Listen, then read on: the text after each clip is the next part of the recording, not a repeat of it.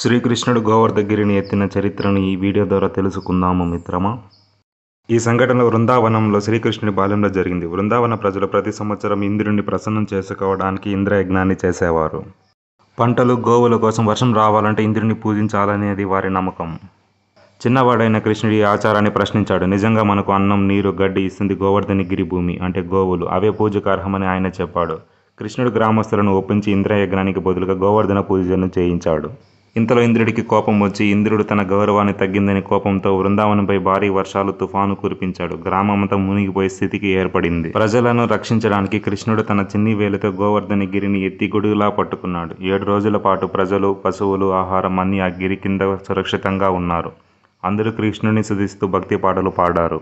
చివరికి ఇంద్రుడు ఇదంతా గమనించి శ్రీకృష్ణుడు సాధారణ గోపాలుడు కాదని, విష్ణుమూర్తి అవతారమని గ్రహించాడు. వర్షాన్ని ఆపి శ్రీకృష్ణుని వద్దకు వచ్చి క్షమాపణను కోరాడు. అప్పటి నుండి శ్రీకృష్ణుడు గోవర్ధనుడుగా ప్రసిద్ధి చెందాడు. శ్రీకృష్ణుడు గోవర్ధనగిరి ప్రజల యొక్క భయాన్ని తొలగించి, భయం మీద ఆధారపడి చేసే పూజ కంటే ప్రేమ, కృతజ్ఞతతో నిజమైన భక్తి గొప్పవని నిరూపించాడు.